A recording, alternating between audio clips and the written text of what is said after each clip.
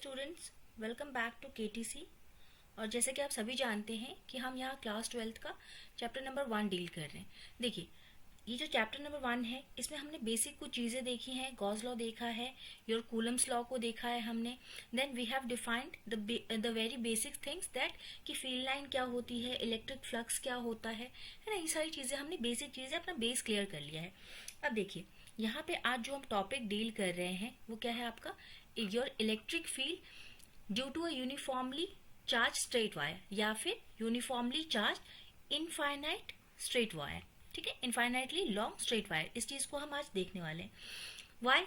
Because this question has been asked repeatedly. ठीक है, ये 2017 में आपका पूछा गया है, 20 में पूछा गया, 21 में पूछा गया, मतलब मल्टीपल टाइम्स ये आपको पूछा गया है।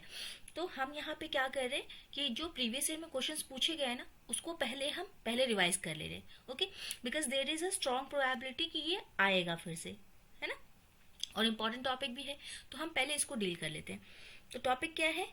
Our topic will be the electric field due to a uniformly charged straight wire. अब देखिए, हमको इतना पता है, हमको यहाँ पे क्या निकालना है कि एक जो आपका स्ट्रेट वायर है, ठीक है, एक यूनिफॉर्मली चार्ज, यानी कि यूनिफॉर्मली चार्ज मतलब कि उस पर जो चार्ज होगा वो यूनिफॉर्म होगा। ओके, तो यूनिफॉर्म चार्ज है एक वायर जो है हमारा यूनिफॉर्मली चार्ज है, उसकी लेंथ क्या है? L। हमको पता करना है कि इसकी वजह से इलेक्ट्रिक फील्ड कैसी जनरेट होगी या कितनी जनरेट होगी, है ना, वो हमको पता करना है। तो चलिए देखिए, इसके लिए हमको जो चीजें पता होनी चाहिए वो हम देख लेते हैं। सबसे पहले हमें क्या कंसिडर करना है? एक इनफाइनाइटली लॉन्ग स्ट्रेट वायर को कंसिडर करना है, that would be uniformly charge. ठीक है, उस पर चार्ज कैसे डिस्ट्रीब्यूट होंगे? यूनिफॉर्म, मतलब एक समान उस पर चार्जेस होंगे। हमने यहाँ पे जो लिया है वो कैसा है आपका? Positively charge. ओके, तो देखिए, हमने एक और चीज देखी थी कि जो पॉजिटिव चार्ज होते हैं उसमें से इलेक्ट्रिक फील्ड लाइंस कैसे निकलती हैं? आउटवर्ड्स। तो हमको इतना ध्यान रहेगा कि जो इलेक्ट्रिक फील्ड लाइन निकलेगी वो कैसी होगी? आपकी आउटवर्ड डायरेक्शन में। ठीक, ये क्लियर हुआ हमें।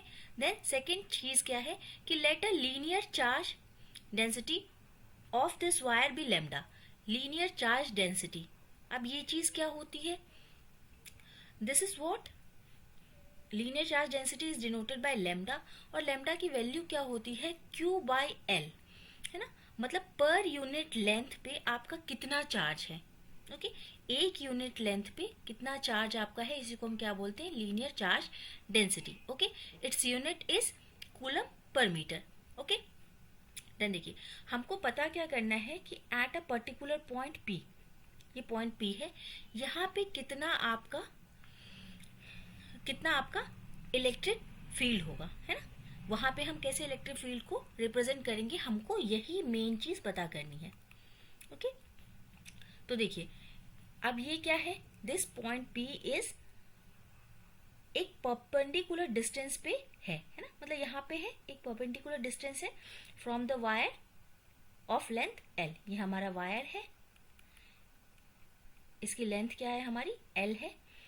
तो यहां से लेके जो ये डिस्टेंस है इसको हमने क्या नाम दे दिया? R। हमको एट पॉइंट P पता करना है कि कितना इलेक्ट्रिक फील्ड है, एंड डिस्टेंस क्या है? हमारा R है between the point and the your wire. इतनी चीज क्लियर हुई।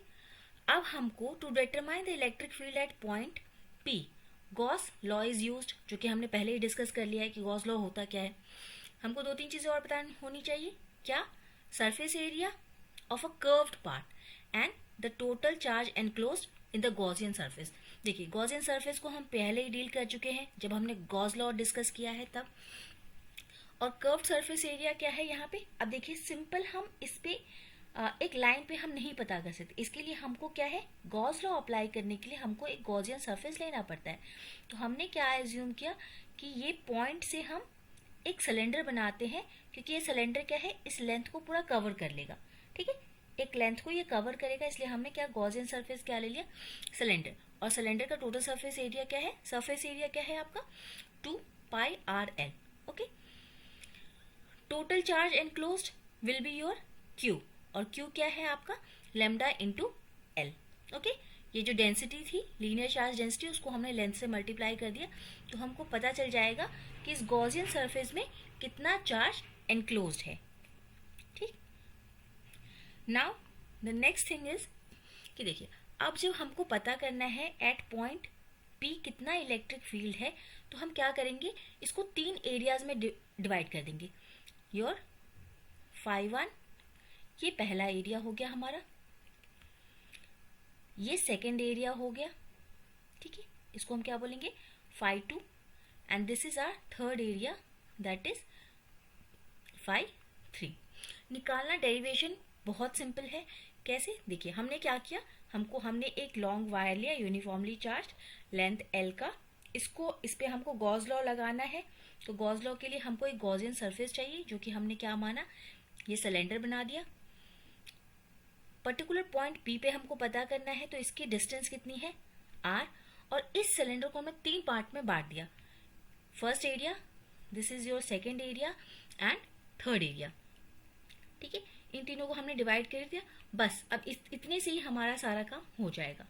ओके, अब देखिए कैसे हम यहाँ पे देखेंगे। देखिए हमारा जो एरिया 1 एंड एरिया 3 है, देखिए अब हमको क्या करना है, एक हमारा गॉस लॉ है वो क्या कहता है कि electric flux through a Gaussian surface will be equal to charged enclosed divided by epsilon naught। यही हमने लास्ट क्लास में डील किया था। ओके, तो अब तीनों एरियाज में हमको क्या करना है, इसी फॉर्मूला को अप्लाई कर देना है। दिस phi1 वाला एरिया, phi2 वाला एरिया और phi3 वाला area, we will apply this equation in these 3 areas. पहले एरिया में जब हम लगाएंगे तो देखिए जो आपका ds है ना, ये जो ds हम यहाँ पे बोल रहे हैं, ये ds यहाँ पे डॉट होता है, और डॉट का मतलब क्या है आपका, योर कॉस थीटा है। अगर क्रॉस प्रोडक्ट होता है तो साइन थीटा, अगर डॉट है तो कॉस थीटा। तो यहाँ पे जो हमारा एरिया वेक्टर है ना, उसमें उसको जो हम फील्ड लाइंस उसकी देखेंगे, उसका डायरेक्शन क्या होगा एरिया वेक्टर का, this and electric field lines, क्योंकि पॉजिटिवली चार्ज है तो आउटवर्ड्स निकलेंगी, तो ये आपके इलेक्ट्रिक फील्ड का डायरेक्शन, यानी कि एंगल कितना बना 90 डिग्री। यहाँ पे ये छोटा सा एरिया हमने ले लिया ds, तो ये इसके पैरेलल है। ओके, तो यहाँ पे क्या है आपका जो एरिया वेक्टर है उसका डायरेक्शन क्या होगा, परपेंडिकुलर टू द वायर, यानी कि ये एरिया वेक्टर, और ये क्या है आपका इलेक्ट्रिक फील्ड भी आउटवर्ड्स जा रहा है तो वो भी उसी डायरेक्शन में जाएगा, यानी कि दोनों के बीच में एंगल कितना हो गया, यहाँ पे थीटा कितना हो गया हमारा 0, यहाँ थीटा कितना हो गया 90 डिग्री, और सिमिलरली यहाँ पे भी क्या है हमारा theta is equal to 90 degree. Okay, ये हो गया। तो एरिया 1 एंड एरिया 3, ये एरिया 1 एंड एरिया 3 में हमारा क्या है कॉस 90 डिग्री है ना, और कॉस 90 की वैल्यू क्या होती है 0। ओके, तो जब हम इस इक्वेशन में जब वैल्यू को पुट करेंगे एरिया 1 और एरिया 3 के लिए, तो यहाँ पे हमारा क्या हो जाएगा, दिस ds cos 90, ठीक है। देखिए यहाँ पे अगर हम वैल्यूज को पुट करें तो हमारे पास क्या आएगा, एरिया 1 के लिए हमारा कितना है e ds cos 90 डिग्री है ना, और cos 90 की value 0।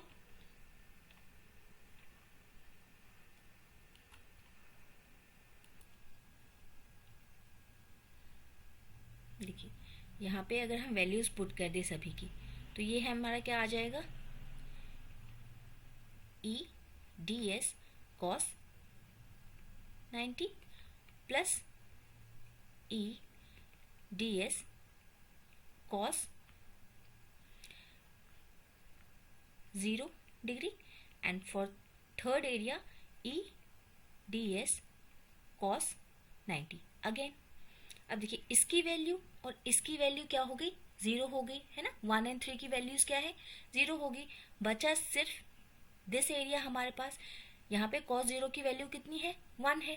Okay, this and this is cancelled, और यहाँ पे देखिए तो e जो है e तो हमारा कांस्टेंट रहेगा, और जो एरिया वेक्टर है ये हमारा कांस्टेंट रहेगा, ये हमारा हो गया 1 सिर्फ ds, और यहाँ पे सरफेस कितना है हमारा 2πrl, पहले हमने देख लिया है ना। तो हमारा जो एरिया 2 है वहाँ पे कितना हमारे पास वैल्यू आ जा रही है 2πrl इंटू ई। ओके, तो यानी कि हम क्या कर सकते हैं, इसको आप कैसे लिख सकते हैं कि ये कांस्टेंट है तो इसको हम बाहर निकाल देंगे इंटीग्रेशन के साइन से. Here is our ds. ये किसके बराबर होना चाहिए, charge enclosed divided by epsilon nought, है ना. ये हमारा कांस्टेंट ही है. इसकी जगह पे हम वैल्यू डाल देंगे कितना हमारा 2 पाई आर एल. क्या है, 2 pi R L is equal to charge enclosed by epsilon naught. और चार्ज एनक्लोज को हमने पीछे क्या देखा कि चार्ज एनक्लोज हमारा था linear charge density into L divided by epsilon not. Okay, देखो दिस इज ऑल्सो कांस्टेंट, ये भी कांस्टेंट है हमारा. मतलब मानिए सारी चीजें अब हमारे पास कांस्टेंट है, तो हम इसको अब इंटीग्रेशन को हटा सकते हैं. तो ये हमारे पास आ जाएगा e 2 pi R L is equal to lambda L divided by epsilon nought. देखिए ये l and this l will get cancelled और हमको यहाँ पे निकालना क्या था, इलेक्ट्रिक फील्ड निकालनी थी. तो E will be equal to your, ये यहाँ पे हमारे पास लैम्डा है डिवाइडेड में ये तीनों चीजें उठ के नीचे आ जाएंगी 2 pi are into epsilon not. तो अगर हमसे पूछा जाए कि यूनिफॉर्मली चार्ज जो एक वायर है उस पर कितना electric field eight a particular distance eight a particular point कितना हमारा इलेक्ट्रिक फील्ड होगा, तो वो हमारा ये होगा. देखिए अ क्विक रिविजन कि हमने क्या क्या चीज़ें देखी. पहले अगर हमसे पूछा जाए तो हम क्या कंसिडर करेंगे, इनफाइनाइटली लॉन्ग वायर करेंगे जिसपे कि यूनिफॉर्म चार्ज है. ठीक है, देन हम उसका लीनियर चार्ज डेंसिटी लिखेंगे. दिस एक पॉइंट लेंगे P जहां हमको पता करना है कि इलेक्ट्रिक फील्ड क्या है, कितना फील्ड है, यही हमको डिराइव करना है. This is the important point. अब पॉइंट P के बीच में और वायर के बीच में कितना डिस्टेंस है, R.